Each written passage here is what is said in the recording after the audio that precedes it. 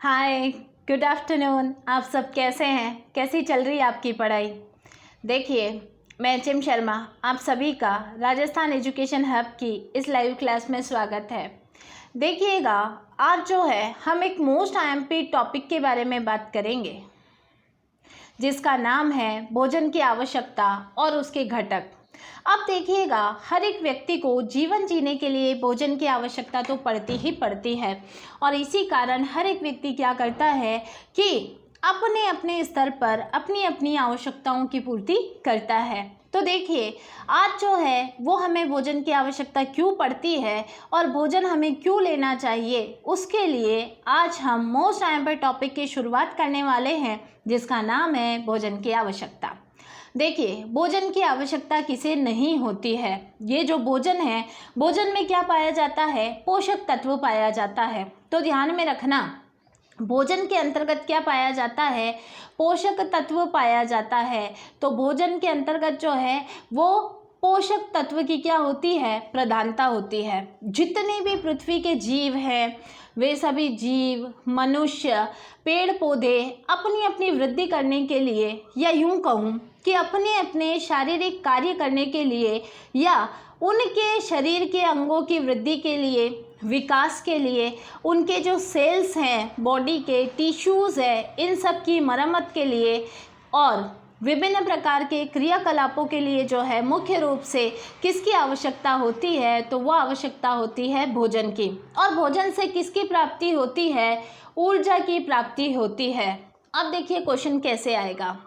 Question आएगा, भोजन क्या है? तो भोजन एक पोषक तत्व है। ये यूं भी क्वेश्चन आता है, भोजन में जो है वो किसका समावेश होता है? तो पोषक तत्वों का समावेश होता है।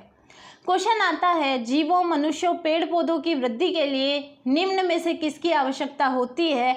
तो भोजन की आवश्यकता होती है। भोजन से किसकी प्राप्ति होती है? ऊर्जा की प्राप्ति होती है। अब ये है कि मानव की जो प्राथमिक आवश्यकता है वो क्या है? यहाँ से भी क्वेश्चन आता है कि मनुष्य की, देखिएगा, मनुष्य की जो है वो प्राथमिक आवश्यकता क्या है? यहाँ से क्वेश्चन आता है। तो ध्यान में रखिए, मानव की जो है वो प्राथमिक आवश्यकता क्या है? वो है भोजन। तो भोजन जो है हर एक मनुष्य की प्राथमिक आवश्यकता है। इंसान किसके लिए कमाता है? पापी पेट के लिए ही कमाता है, अर्थात भोजन के लिए ही कमाता है। भोजन से जो है हमारी पूरी की पूरी जो है वो ऊर्जा की प्राप्ति मिलती है और हमारा जो दैनिक क्रियाकलाप है, जैसे चलना, उठना, बैठना है, दौड़ना है, खाना है, पीना है, यानी कि हमारे द्वारा जो भी क्रिया की जाती है वो सब ऊर्जा के द्वारा की जाती है। और हमारे शरीर को जो ऊर्जा रूपी पेट्रोल है वो पेट्रोल किससे मिलता है? भोजन से मिलता है। इसके अलावा भोजन क्या करता है कि भोजन से जो है विभिन्न प्रकार के रोगों से बचाव होता है, मनुष्य की आवश्यकताओं की पूर्ति होती है और शारीरिक निर्माण के लिए जो है वो भोजन की आवश्यकता होती है। आपने देखा होगा कि यदि शरीर को उचित खुराक नहीं मिलती है तो बच्चे जो है वो कुपोषित हो जाते हैं और उनके शरीर का डेवलपमेंट नहीं हो पाता है। इसीलिए भोजन के अभाव में हमारा शरीर विकसित नहीं होता है और हमें जो है वो नाना प्रकार की समस्याओं का सामना करना पड़ता है। अब देखिएगा, भोजन के आवश्यक घटक कौन कौन से हैं? तो देखिएगा, सबसे पहले तो भोजन में विभिन्न प्रकार के क्या होते हैं? तत्व होते हैं। अब देखिए, ये जो तत्व है ये क्या करते हैं? हमारे शरीर के विकास के लिए, हमारे शरीर की वृद्धि के लिए जो है वो महत्वपूर्ण होते हैं तथा शरीर को जो है वो क्या करते हैं? हमारी जितनी भी प्रक्रिया है उसमें महत्वपूर्ण भूमिका निभाते हैं। तो देखिएगा, जितने भोज्य पदार्थ हैं, इनके जो तत्व हैं वे क्या करते हैं? रासायनिक यौगिकों के माध्यम से क्या करते हैं? हमारे शरीर में पोषक तत्व के रूप में विद्यमान होते हैं और हमारे शरीर को विभिन्न प्रकार के पोषक तत्वों की आवश्यकता होती है।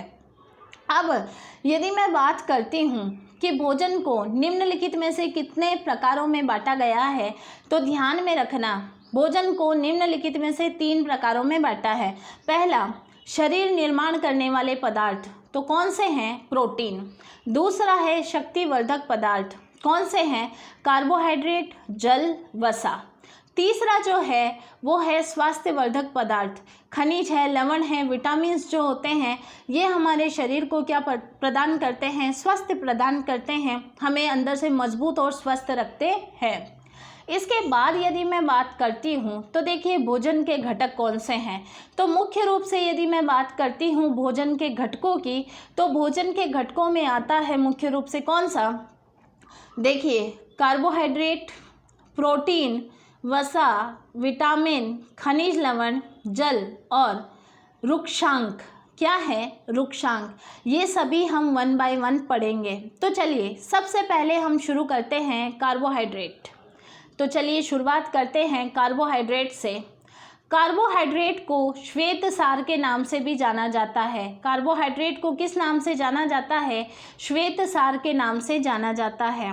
ये ऊर्जा देने वाला तत्व है और इसका निर्माण जो है वो हाइड्रोजन और ऑक्सीजन से मिलकर होता है। यहाँ से भी क्वेश्चन आता है कि शरीर को ऊर्जा देने वाला तत्व कौन सा है, तो आपको ध्यान में रखना है कार्बोहाइड्रेट है। इससे क्या होता है, कार्बन और हाइड्रोजन, और देखिए इसका निर्माण कार्बन, हाइड्रोजन और ऑक्सीजन से मिलकर बनता है।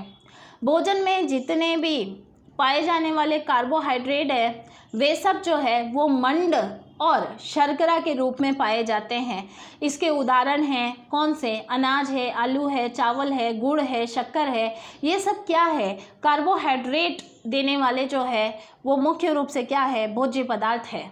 अब देखिएगा कार्बोहाइड्रेट को जो है वो 3 श्रेणियों में विभक्त किया गया है। पहला है मोनोसेकेराइड, दूसरा है डाइसेकेराइड, और जो है वो मुख्य रूप से ये जो है वो दोनों ही से ज़्यादा जो अणु प्राप्त होते हैं इनसे क्या होता है, हमारे शरीर को भोज्य पदार्थ की प्राप्ति होती है। अब देखिए जैसे मोनोसेकेराइड की यदि मैं बात करती हूँ तो इसके उदाहरण कौन कौन से हैं, ट्रायोस है, टेट्रोस है, हेक्टोस है, और यदि मैं बात करती हूँ डाइसेकेराइड की तो इसके उदाहरण है सुक्रोज है, माल्टोस है, लैक्टोस है। तो ये सब क्या है, ये सब जो है वो मुख्य रूप से किसके उदाहरण है, तो वो मुख्य रूप से उदाहरण है कार्बोहाइड्रेट के, जिसे श्वेत सार के नाम से भी जाना जाता है।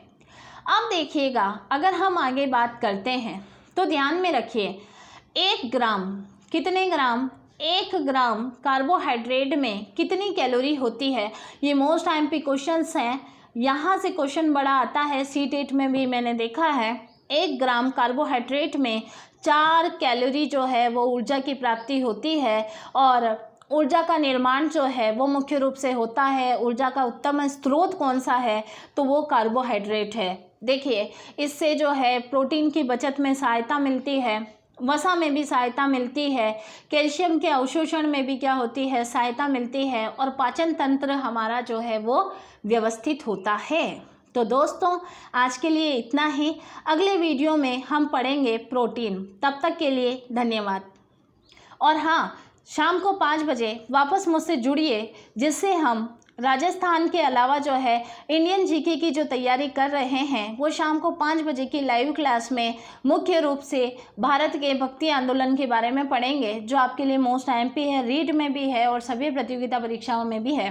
तो चलिए 5 बजे वापस मिलते हैं, तब तक के लिए आप अच्छी सी पढ़ाई कीजिए। धन्यवाद।